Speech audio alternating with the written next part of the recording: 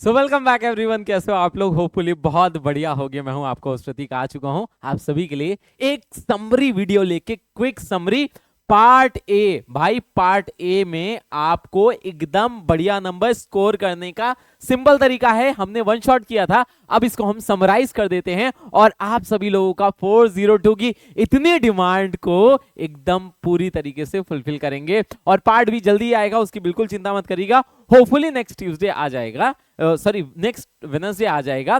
तो चलिए आगे आज हम लोग स्टार्ट करते हैं। तो हम क्या क्या हमने पढ़ा था लास्ट टॉपिक पे? तो हमने पढ़ा था बेटा आपका यहाँ पे 1 सेकंड का टाइम दीजिएगा।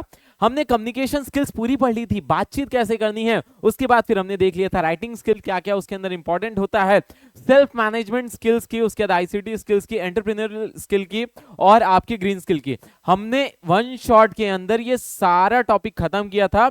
और उसके जो आपको सबसे बड़ा जो डिमांड होता है कि सर नोट्स कैसे बनाएं कंप्यूटर के अंदर, उसके बारे में भी बात करेंगे। और आप सभी को यह बात होती है कि सर 100/100 आप बोलते हो, लेकिन वो 100/100 आएंगे कैसे? अब कुछ लोग कहेंगे सर 50 का पेपर होता है 50। अरे बेटा इवेंचुअली तो वो 100 हो जाता है ना। तो 100% की हम बात कर रहे हैं यहाँ पे। कैसे लाना है उसके बारे में बात करेंगे। सिंपल प्रतीक सर के मंत्राज ले लो यार, आपके जो है नंबर आ जाएंगे। क्या करना है? सबसे पहली चीज आपको मैं हमेशा बोलता हूं, वापस से बोल रहा हूं, आपको एमसीक्यू को हैंडल जो है अच्छी तरीके से करना है। प्लीज एमसीक्यूज के ऊपर फोकस करिए। IT 402 और या फिर आप कंप्यूटर से रिलेटेड किसी भी कोड पे हो तो सबके लिए इंपॉर्टेंट बात है, ठीक है। उसके बाद फिर क्या करो, फिल इन द ब्लैंक्स आप उसको करना है। FIB that is fill in the blanks करिए। फिर ट्रू या फॉल्स पे जाइए। उसके बाद जो है वेरी शॉर्ट आंसर पे जाइए। फिर आप जो है शॉर्ट आंसर पे जाइए। फिर आप लॉन्ग आंसर पे जाइए और लास्ट में रिवीजन कर लीजिए। मैंने आपसे हमेशा कहा है रिवीजन क्यों इंपॉर्टेंट होता है। जैसे घर में रोटी बनती है तो रोटी कभी भी एक साइड अगर तवे पे रख दोगे तो बेटा क्या होगा? रोटी जल जाएगी। उसी तरीके से अगर आपने ये सारी चीजें कर ली लेकिन उसको एक साइड ही रखा, मतलब एक तरफा रखा, तो क्या हो जाएगा? ये आपकी नॉलेज जो है जब एग्जाम में जाओगे, एग्जाम के 2 दिन पहले दिक्कत देगी। तो उसके लिए बेस्ट तरीका क्या हो सकता है? उसके लिए बेस्ट तरीका होता है कि प्रॉपर तरीके से पके और आपको जो है 100% इफिशिएंसी आए। तो ये बात हमेशा याद रखना, कंप्यूटर में नहीं बाकी हर सब्जेक्ट में रिवीजन बेटा मस्ट है। प्लीज इस बात को जब नेक्स्ट टाइम रिवीजन करने का नहीं मन कहे तो सोचिएगा रोटी मम्मी कितना मेहनत से बनाती है, उसी तरीके से आपको सेम मेहनत करनी है। चलिए आगे हम लोग बात करते हैं, क्विक रिकैप करते हैं। कम्युनिकेशन स्किल बात करेंगे। What is communication skill? तो हमने उसके अंदर देखा था कि भाई अपने मैसेज को भेजना और साथ में उसके ऊपर फीडबैक लेना, और ये कैसा होना चाहिए? एक इफेक्टिव तरीके से होना चाहिए। ये हमारा क्या कहलाता है? एक कम्युनिकेशन स्किल कहलाता है। कम्युनिकेशन स्किल में अगर हम लोग देखें तो 7 C's क्या है? 7 C ऑफ इफेक्टिव कम्युनिकेशन बड़े इंपॉर्टेंट होते हैं। मैसेज हमेशा क्लियर होना चाहिए, कंसाइज होना चाहिए, मतलब टू द पॉइंट होना चाहिए, कॉन्क्रीट होना चाहिए, करेक्ट होना चाहिए, कोहेरेंट होना चाहिए, कंप्लीट होना चाहिए और कर्सियस होना चाहिए। पूरी ईमानदारी के साथ मैसेज सही जाना चाहिए। और ये 7 C's आपके लिए इंपॉर्टेंट होता है। प्लीज आप लोग इसको जरूर अच्छी तरीके से देख लीजिएगा। इसके अंदर से लॉन्ग आंसर तो बनते ही बनते हैं, एमसीक्यूज भी अच्छे बनते हैं, तो आप लोग इसको बढ़िया तरीके से रिवाइज करिएगा। फिर आपका फीडबैक। फीडबैक अगर हम लोग एक कम्युनिकेशन साइकिल की अगर हम लोग बात करें तो कम्युनिकेशन साइकिल में हमेशा कौन होता है? एक बेटा सेंडर होता है। कौन होता है आपका? सेंडर होता है। और दूसरा हमारा कौन सा होता है? रिसीवर होता है, जिसको हम लोग लिसनर बोलते हैं, ठीक है। तो अब इसके अंदर बीच में एक मीडियम यूज होता है। जैसे अभी हम लोग क्या कर रहे हैं? हम लोग एक मीडियम का यूज कर रहे हैं। अभी हम लोग आपका इंटरनेट का यूज कर रहे हैं, हम लोग एक वीडियो का यूज कर रहे हैं आपको बातें समझाने के लिए। और बीच में क्या होता है बेटा? एक मैसेज होता है। तो जब भी कभी आपका एक सेंडर के एंड से मैसेज जाता है, रिसीवर रिसीव करता है और उसको कितना मैसेज समझ में आया तो वो क्या करता है? उसके बदले में एक फीडबैक देता है। अच्छा ये बताइए आप लोग को ये समझ में आया मैसेज क्या होता है, फीडबैक क्या होता है? अगर समझ में आया तो सीसी लिख दो। ये मैं बोलता हूं ना बेटा क्या करो? सीसी लिख दो, फायर इमोजी बना दो, स्टार इमोजी बना दो। तो ये क्या हुआ? मैं आपसे एक तरीके से फीडबैक ले रहा हूं। मैं यहाँ पे क्या हूं? सेंडर हूं। सेंडर ने, आप क्या हो? लिसनर हो। आपने अपने मैसेज को जस्टिफाई किया, मतलब उसको बताया, फीडबैक उसके ऊपर दिया, हाँ सर समझ में आ गया। अब ये 2 तरीके का होता है, एक होता है स्पेसिफिक और एक होता है नॉन स्पेसिफिक। इसमें डिस्क्रिप्शन, इसमें सारी बातें होती हैं। और इसके अंदर अगर हम लोग बात करें स्पेसिफिक के अंदर, स्पेसिफिक के अंदर एक पर्टिकुलर चीज की बात होती है, टू दी पॉइंट बात हो रही है। नहीं समझ में आया तो मैं पूछता हूं ना बेटा क्या नहीं समझ में आया? क्या स्पेसिफिक नहीं समझ में आया? दिस इज व्हाट एक स्पेसिफिक फीडबैक होता है। क्लियर हुआ सभी को बढ़िया तरीके से? आगे मूव करते हैं तो यहां पे अगली जो चीज आ जाती है, बैरियर्स टू इफेक्टिव कम्युनिकेशन। भाई हम कम्युनिकेशन स्किल के अंदर चाहते हैं कि हम बढ़िया तरीके से बात करें। अब एक इंसान यहां पे खड़ा है और एक इंसान क्या है, बहुत सारे लोग यहां पे, अगर अनाउंसमेंट करनी हो लेकिन बीच में दीवार है तो क्या इफेक्टिव कम्युनिकेशन हो पाएगा? नहीं। तो ये किसका काम कर रहा है बेटा? बैरियर का काम कर रहा है। अब ये बैरियर ऐसा नहीं कि दीवार हो सकती, बहुत सारे तरीके के बैरियर हो सकते हैं। कई बार हम गुस्से में होते हैं और आपको कोई बात समझाने की कोशिश कर रहा होता है, आपको समझ में आती है? कई बार क्या होता है, गुस्से में कोई आपको गुस्से से कोई बात समझाने की कोशिश करे, समझ में आएगी नहीं, वहां पे अगर प्यार समझाए तो आपको समझ में आ सकता है। तो इमोशन यहाँ पे बैरियर का काम कर जाते हैं। आपके इमोशनल बैरियर होते हैं। परसेप्शन, किसी चीज को लेके हमारे दिमाग में एक परसेप्शन सेट है, हम सुनना ही नहीं चाहेंगे दूसरे की बात, तो वो भी क्या हो गया, एक तरीके का बैरियर हो गया। फिजिकल डिसेबिलिटी, अब मतलब भाई कोई जो है सुन नहीं सकता, आप उसको समझाने की कोशिश, बताने की कोशिश करो, ये भी बैरियर हो गया ना। ठीक है, कोई बोल नहीं सकता, आप उसको बुलवाने की कोशिश करो, ये भी क्या हो गया, बैरियर हो गया। उसके बाद फिर लैंग्वेज, आपके दो अलग अलग लैंग्वेज हो गई, उसके अंदर भी बैरियर का काम होता है। कल्चर आपका डिफरेंट है, एनवायरमेंट आपका। अब रेलवे स्टेशन पे अगर एकदम फुसफुसा के बात करने की कोशिश करो, सुनो भाई तुमको मेरी बात समझ में आ रही है, नहीं आ रही है, तो फिर ऐसे अगर बात करोगे रेलवे स्टेशन पे तो क्या किसी को सुनाई देगा? समझ गए ना? अब लाइब्रेरी के अंदर जाओ, एकदम चिल्ला चिल्ला के गला फाड़ के वहां पे जो है बात करने लो, तो वो भी क्या हो गया, आपकी दिक्कत है, बैरियर है। बैरियर इस वजह से वहां पे कम्युनिकेट नहीं कर पाओगे। लाइब्रेरियन आएंगे, कहेंगे चलो बेटा बाहर चलते हैं, तो ये भी एक बात हो जाती है। तो समझ गया आप लोग क्या करना है बेटा? समझ में आ गया? वेज टू ओवरकम बैरियर, आपको एक्टिव लिसनिंग हमेशा करनी है, सिंपल लैंग्वेज का यूज करना है और कंस्ट्रक्टिव फीडबैक देना है। कंस्ट्रक्टिव फीडबैक का मतलब हो गया बेटा कि आपको समझाना है कि भाई क्या दिक्कत है, क्या नहीं है, क्या आपके आपके कम्युनिकेशन स्किल्स में क्या प्रॉब्लम है, क्या आप इसके अंदर क्या कर सकते हो, इंप्रूव कर सकते हो। क्लियर हुआ? उसके बाद जो कम्युनिकेशन हमारा होता है वो बेटा कितने तरीके का होता है? वो हमारा दो तरीके का होता है। एक होता है, अभी मैं बोल रहा हूं आपके सामने अभी मैं क्या कर रहा हूं, बोल रहा हूं, तो ये क्या हो गया, मैं वर्ड्स का यूज कर रहा हूं, तो दिस इज व्हाट आपका वर्बल। ये हमारा क्या कहलाता है, वर्बल। वर्बल का मतलब हो गया क्या, वर्ड्स का इन्वॉल्वमेंट होना इज व्हाट वर्बल। अब वर्बल दो तरीके के हो सकते हैं, एक में हम लोग क्या कर सकते हैं, कुछ बोल सकते हैं या फिर कुछ लिख सकते हैं, और नॉन वर्बल के अंदर क्या होता है, हम लोग, ये मैंने क्या किया, ये आपसे नॉन वर्बल कम्युनिकेशन की, ठीक है। फिर उसके बाद विजुअल कम्युनिकेशन के अंदर रोड के ऊपर साइन बोर्ड देखते हो, ये सारी चीजें देखते हो, तो ये क्या हो गया आपका, केवल साइन बने हुए हैं, लेफ्ट टर्न, राइट टर्न, उसके बाद फिर ये जिगजैग टर्न, ये सब क्या हो जाते हैं, पहाड़ों पे जाते हो तो ये आपका ये क्या हो जाता है, विजुअल आपके कम्युनिकेशन। कम्युनिकेशन साइकिल के बारे में बात किया था, एक सेंडर होता है, एक रिसीवर होता है, वो अपनी मैसेज को कम्युनिकेट करता है, वो क्या करता है बेटा, अपने मैसेज को भेजता है, उसके बाद रिसीवर यहां से रिसीव करके एक फीडबैक भेजता है, और बीच में एक चीज और आती है जो आता है ट्रांसमिशन मीडियम। यहां पे बात आती है ट्रांसमीटर या फिर ट्रांसमिशन मीडियम की बात आ जाती है, जिसको हम लोग क्या बोलते हैं, मीडियम भी बोलते हैं, इसकी भी यहां पे नीड पड़ती है। क्लियर हुआ? फिर आगे हम लोग बात करेंगे आगे, ये तो हो गया आपका क्या, पहला चैप्टर यहां पे हो चुका है खत्म, यही सारी चीजें हैं। इसके ऊपर क्या कर सकते हो आप जो है अच्छी तरीके से एमसीक्यू, आपको सिंपल मंत्रा याद है, प्रतीक सर के सिंपल मंत्रा है बेटा, उसको लगा लोगे, आपका काम जो है आसान हो जाएगा। क्विक रिवीजन के लिए ये सारी चीजें और यही पॉइंटर्स को आपको यूज करना है। अब बात करते हैं पार्ट्स ऑफ स्पीच की, बेसिक राइटिंग स्किल्स। ये बेटा अगर आपने अनुराग सर की कोई भी क्लास की है ना, तो आपको बढ़िया तरीके से आता होगा, ठीक है। मतलब जो है हम लोग कई बार, एक बार अभी हम और अनुराग सर थे तो इस पर डिस्कशन भी हुआ था कि मैंने कहा सर यार जो है आईसीटी के अंदर, मतलब आपका आईटी के अंदर बेसिकली हम वो इंग्लिश भी पढ़ा देते हैं, तो कभी आ जाया करो यार हमारी क्लास के अंदर। तो वहां पे तो ये बेटा क्या है, अनुराग सर आपको ज्यादा बेटर बता पाएंगे, लेकिन इंपॉर्टेंट चीज क्या है, ये इंग्लिश के बेसिक जो आपकी चीजें हैं, जैसे पार्ट्स ऑफ स्पीच हो गया, कंजंक्शन हो गया, नाउन हो गया, एडजेक्टिव हो गया, प्रोनाउन हो गया, वर्ब हो गया, उसके बाद फिर एडवर्ब हो गया, प्रीपोजिशन हो गया, केवल उन्हीं सारी चीजों की बात हो रही है इस पूरे के पूरे चैप्टर के अंदर। आपको कंजंक्शन का पता रहता है, ज्वाइन करते हैं, इंटरजंक्शन क्या करते हैं, शो करते हैं स्ट्रॉन्ग इमोशन, उसके बाद फिर नाउन हो गया, नेम ऑफ दी क्या कहते हैं, नेम प्लेस, ये सारी चीजें। तो ये आपके क्या हो जाते हैं, सिंपल से कुछ एग्जांपल। आपको क्या करना बेटा, इसके अंदर ना केवल पार्ट्स ऑफ स्पीच के बारे में, पार्ट्स ऑफ स्पीच का डिस्क्रिप्शन आपको पता होना चाहिए बढ़िया तरीके से, और फिर आपके क्वेश्चन जो है अच्छी तरीके से हो जाएंगे। आपको एग्जांपल, इसके अंदर एक चीज और आती है, सब्जेक्ट एंड प्रेडिकेट। क्या आता है बेटा, सब्जेक्ट आता है और साथ में क्या आ जाता है, प्रेडिकेट आ जाता है। उसके बारे में भी थोड़ा सा, मतलब आपको सब्जेक्ट कौन सा है, प्रेडिकेट कौन सा। सब्जेक्ट कौन हुआ, जो डूअर हुआ, प्रेडिकेट जो काम हो रहा है, मतलब बाकी सेंटेंस ऑफ द पार्ट, उसको हम लोग क्या बोलते हैं, आपका सब्जेक्ट प्रेडिकेट। आप लोग तो इतने स्मार्ट हो ही, वो ये एकदम आपको बढ़िया तरीके से पता होगा, ठीक है। फिर आता है सेल्फ मैनेजमेंट स्किल। बेटा आज की दुनिया में जैसा कंपटीशन बढ़ रहा है, सेल्फ मैनेजमेंट तो होना चाहिए। क्यों? क्योंकि आपके अंदर तो स्ट्रेस आएगा। What is stress? अब इस टॉपिक में सबसे पहली चीज जो आती है वो आता है बेटा स्ट्रेस। What is stress? मैंने आप लोग को क्लास में भी बताया था, इसके पहले भी बताया था, स्ट्रेस जो आता है वो प्रेशर की वजह से आता है। और प्रेशर के लिए लाइफ में कभी भी अगर आपको लगे स्ट्रेस है तो फाइंड आउट करना कि स्ट्रेसर क्या है। स्ट्रेसर क्या बोलते हैं बेटा? बेसिकली उस प्रेशर को, मतलब उस पर्टिकुलर थिंग को बोलते हैं जिसकी वजह से आपके पास प्रेशर आ रहा है, ठीक है, स्ट्रेस आ रहा है, स्ट्रेस का जो मेजर कॉज होता है। तो यहाँ पे हमेशा जो स्ट्रेस का रीजन होता है वो होता है प्रेशर। और प्रेशर क्यों आता है? मैंने पाइप वाले का एग्जांपल दिया था। कभी भी आप क्या करो, पाइप को ऐसे दबा दो तो वो जितने पानी जितने टाइम में फ्लो हो रहा था, जितने रेडियस में फ्लो हो रहा था, अब उससे क्या हो गया, कम हो गया।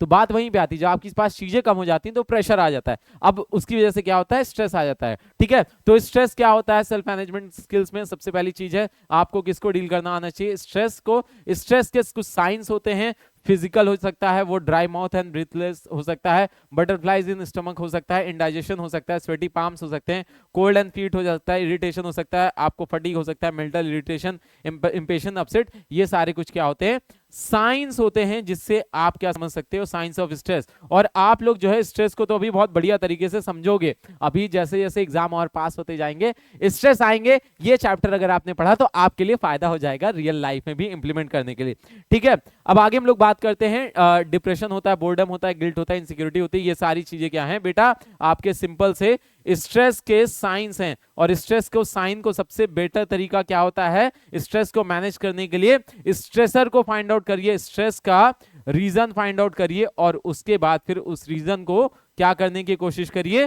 फिक्स करने की कोशिश करिए। इसके बारे में हम लोग बात करते हैं। क्या एडवांटेजेस होते हैं भाई, आपका मूड अच्छा रहेगा अगर आप स्ट्रेस मैनेज कर रहे हो, आपका मूड अच्छा रहेगा, आपके अंदर इम्यूनिटी बढ़ जाएगी भाई। आपको इम्यूनिटी मतलब कुछ हो ना हो, जीवन के अंदर बुरी चीजों की इम्यूनिटी तो बढ़ जाएगी, मतलब आप ज्यादा बढ़िया तरीके से उससे फाइट बैक कर पाओगे।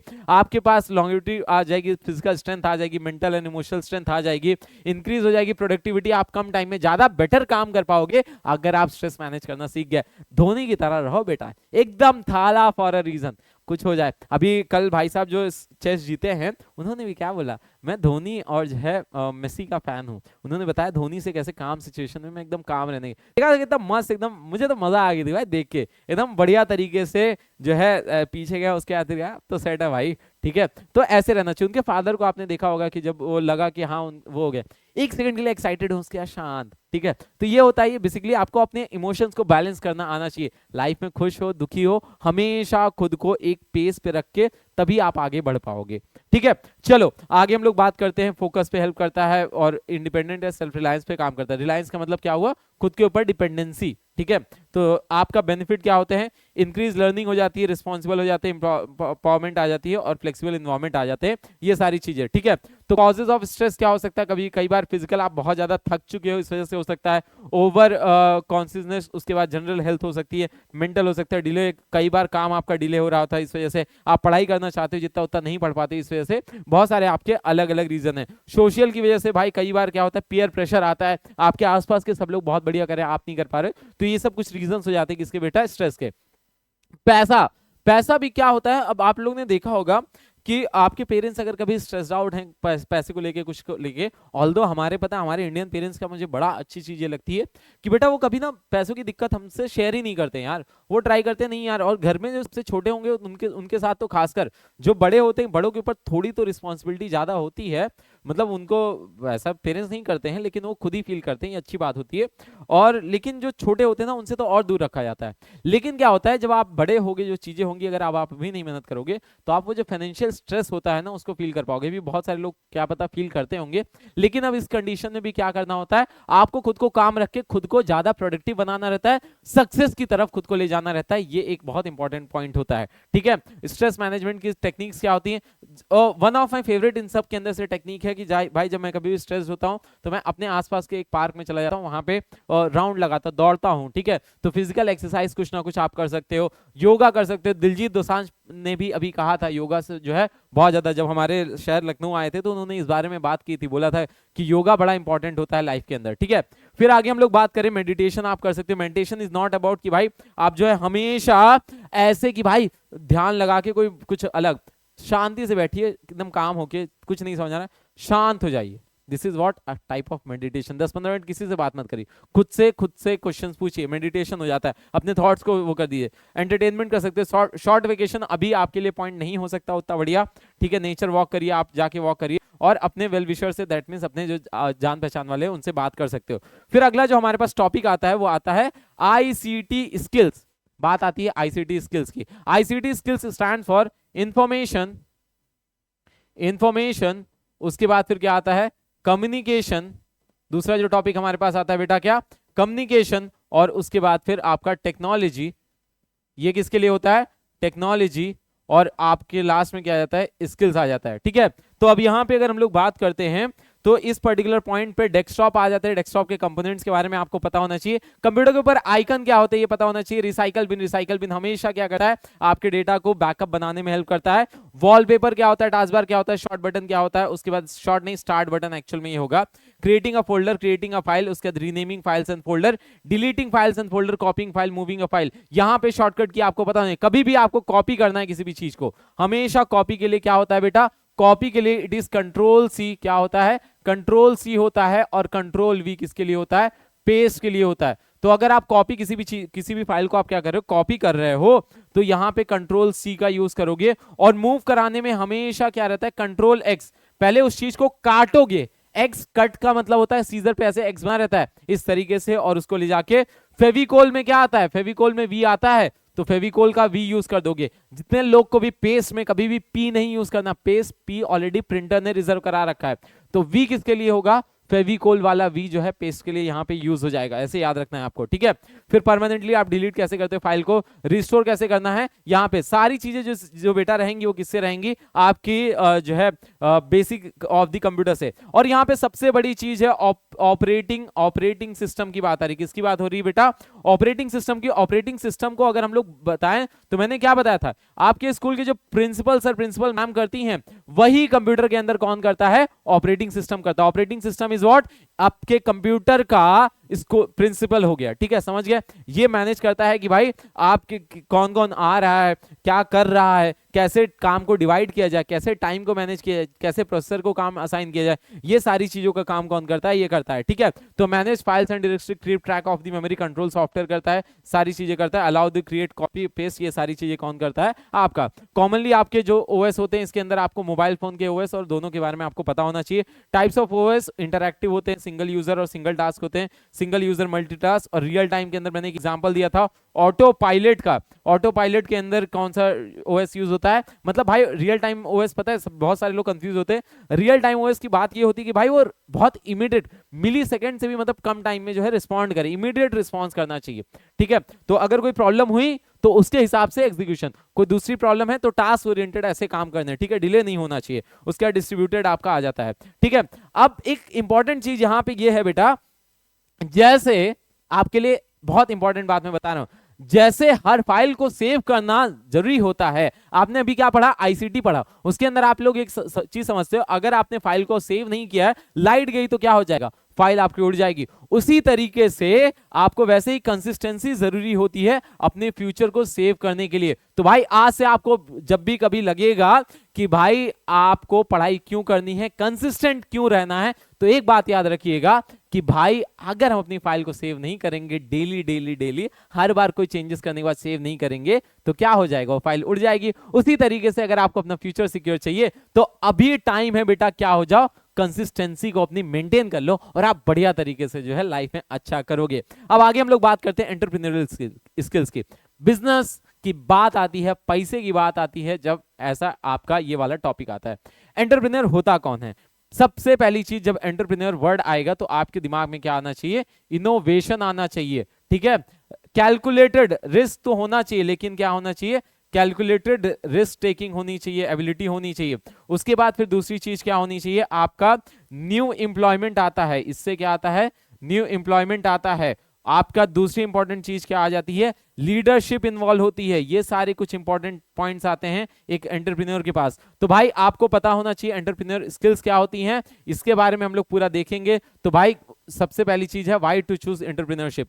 ये क्या करता है, डेवलप करता है आपके एंटरप्रेन्योरियल स्किल्स और कैपेबिलिटीज को, आपको जो है डेवलप करता है हैंडल को, फेलियर को हैंडल करने के लिए, और उनको जो है बेटर बनाने में, मतलब उसको जो है आपका लगातार इंप्रूव करने में इनहांस करता है क्रिएटिव थिंकिंग को, डिफरेंसेस सोसाइटी में कुछ नई चीजें लेके आता है, न्यू थिंग्स लेके आता है, और डिफरेंट एक करियर ऑप्शन की तरह आ जाती हैं चीजें। ठीक है, एंटरप्रेन्योर स्किल्स में क्या चाहिए होता है, कोऑर्डिनेशन चाहिए होता है, एजेंट ऑफ चेंज होना चाहिए, मतलब कोऑर्डिनेशन का मतलब वो भाई सबसे कोऑर्डिनेट करके बढ़िया तरीके से काम करवा सके, इनोवेटर होना चाहिए, कुछ नई चीजें आए, रिस्क का अजम्पशन होना चाहिए, कैलकुलेटेड, कभी भी अंधा जो है रिस्क नहीं लेते हैं, हमेशा कैलकुलेटेड पे जाते हैं, आपका लिमिटेशन एंड अडॉप्शन होना चाहिए, कैपिटल फॉर्मेशन होना चाहिए, बैलेंसिंग कैपिटल फॉर्मेशन का मतलब फंडिंग लेके आने की एबिलिटी होनी चाहिए, उसके बाद स्टेटस ट्रांसफॉर्मेशन होना चाहिए, एम्प्लॉयमेंट जनरेशन करना चाहिए। ठीक है, टाइप्स ऑफ एंटरप्रेन्योर जो होते हैं, सोसाइटियल एंटरप्रेन्योर हो जाते हैं, उसके बाद सोशल एंटरप्रेन्योरशिप हो जाती है, एग्रीकल्चर में क्या हो गया, आजकल देखा होगा आपने, एक एग्जांपल मैं आपको दे रहा हूँ, गौरव तनेजा का एक एग्जांपल आप ले सकते हो,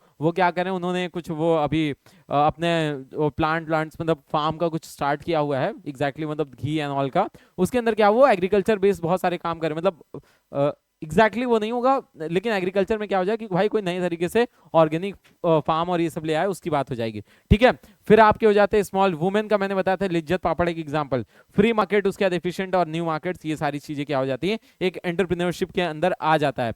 फिर आपकी बात आती फंक्शन ऑफ एंटरप्रेन्योर, तो आपको ऑर्गेनाइजेशन बिल्डिंग करता है, रिस्क टेकिंग करता है, इनोवेशन कुछ नया प्रोडक्ट लेके आता है और कमर्शियल चीजों को करता है, प्रोडक्शन ऑपरेशन करवाता है, फाइनेंस करता है, मार्केटिंग करता है, ह्यूमन रिसोर्स मैनेजमेंट करता है, प्रमोशन करवाता है, आइडिएशन करवाता है, इन्वेस्टिगेशन करवाता है, असेंबलिंग करवाता है और फाइनेंसिंग करवाता है, ये सब कुछ बातें हो जाती हैं। ठीक है, तो अब एक बड़ा सिंपल सी एक आपको बात बताता हूं, लाइफ का फॉर्मूला सिंपल है, मेहनत करो, डिबग करो और सक्सेस कंपाइल करो। मतलब एक सिंपल सी चीज होगी कि भाई अगर हम डेली जो है डेली कुछ ना कुछ मेहनत करें, तो डिबग करने का मतलब क्या हुआ भाई, कुछ ना कुछ आपके लाइफ में एरर तो आएगी ना, एरर आएगी, दिक्कतें तो आएंगी, उसको डिबग करो, उसको हटाओ प्रॉब्लम को, और फिर सक्सेस को क्या करोगे आप जो है कंपाइल कर लोगे, आपके सामने सक्सेस आके खड़ी हो जाएगी। कुछ बातें ये बड़ी इंपॉर्टेंट है, प्लीज आप लोग याद रखिएगा, और जीवन में जब आप लेके जाओगे तो आपको ये चीजें बड़ी बढ़िया तरीके से रिलेट कर पाओगे। ठीक है, चलो आगे हम लोग मूव करते हैं ग्रीन स्किल्स की। ग्रीन स्किल में जो सबसे इंपॉर्टेंट चीज आती है, सस्टेनेबिलिटी आ जाती है। क्या आ जाती है बेटा,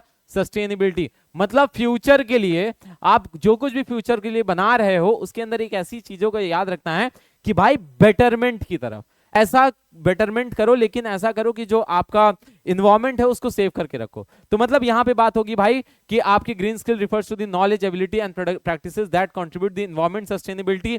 ठीक है, इंपॉर्टेंस क्या होती है भाई, प्रमोट करना सस्टेनेबल डेवलपमेंट, रिड्यूस करना कार्बन फुटप्रिंट, उसके बाद फिर आपका जो है इको फ्रेंडली प्रैक्टिसेस लेके आना, ये हो जाता है। आपके सोशल डेवलपमेंट गोल्स होते हैं, यूनाइटेड नेशन ने बताया था। ठीक है, की एरियाज ऑफ जो है आपका ग्रीन स्किल्स कहां पे आ जाती है, वेस्ट मैनेजमेंट करो, एनर्जी इफिशिएंट बनाओ और वाटर कंजर्वेशन करो, सस्टेनेबल एग्रीकल्चर बनाओ, क्रॉस क्रॉपिंग करो, क्रॉप्स को जो है रोटेट करो, इस साल कुछ और लगाए तो अगले साल, जिससे आपकी क्या रहेगी, फर्टिलिटी मेंटेन रहेगी। ठीक है, फिर आपकी आती है वर्क प्लेस के अंदर क्या हो जाता है, इंकरेज करिए इको फ्रेंडली प्रैक्टिसेस, इंप्लीमेंट करिए ग्रीन टेक्नोलॉजी, प्रमोट करिए सस्टेनेबल। सस्टेनेबल का मतलब ये होता है बेटा कि आप क्या करो, फ्यूचर के इन्वायरमेंट को, फ्यूचर के रिसोर्सेज को हार्म किए बिना डेवलपमेंट कराओ। ठीक है, ग्रीन इकोनॉमी की तरफ बढ़ना चाहिए, ये कुछ बात आ जाती है। और एग्जांपल्स हो जाते हैं कि भाई सोलर पैनल लगा दीजिए, उसके बाद बेनिफिट क्या हो जाते हैं, डिजाइन करिए एफिशिएंट, एनर्जी एफिशिएंट बिल्डिंग।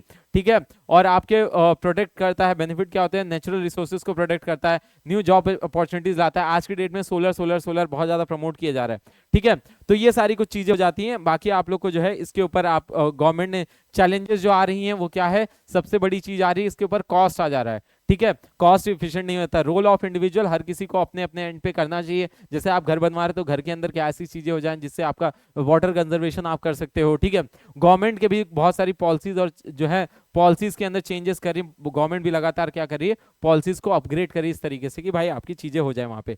ठीक है, तो एक सिंपल सी चीज है बेटा, ये पूरा का पूरा आपका क्या हो गया, पार्ट ए यहां पे हो चुका है कंप्लीट। अब आप क्या करोगे, पार्ट ए के लिए आपको जो है, जो मैंने मंत्रा दिया हुआ है, मंत्रा के अंदर क्या है, आपको एमसीक्यू, आप सभी लोग समझ गए होंगे पैटर्न, एमसीक्यू से जाना है और कहां तक जाना है, आपके लॉन्ग आंसर्स तक जाना है, उस तरीके से। ठीक है, उस तरीके से आप जाइए। और एक सिंपल सी चीज है, प्रतीक सर के जो है स्टार्स कौन है पता है, आप लोग हो। ठीक है, हमेशा सिस्टम रिबूट करते रहे हैं और न्यू क्वेश्चंस ढूंढते रहें और लगाते रहें। आपके लिए ये क्या हो जाएगा, एक रिवीजन और एक ये साथ में होमवर्क हो जाएगा। ठीक है, तो आज के लिए इतना ही, मिलते हैं हम लोग जो है पार्ट बी के अंदर। अच्छी तरीके से पढ़ाई करिए, कोई भी दिक्कत परेशानी रहे तो याद रखिएगा आपके लिए हमेशा कमेंट सेक्शन खुले हैं, आप वहां पे पूछते रहिए, आपस में एक दूसरे की हेल्प करिए, उनसे जो है कोई क्वेश्चन पूछता है तो उसको भी बताइए, हेल्प करिए, ग्रो करिए और आप सब बच्चे बहुत बढ़िया करेंगे। Till then take care, bye bye everyone. Prateek Sharma signing off, thank you.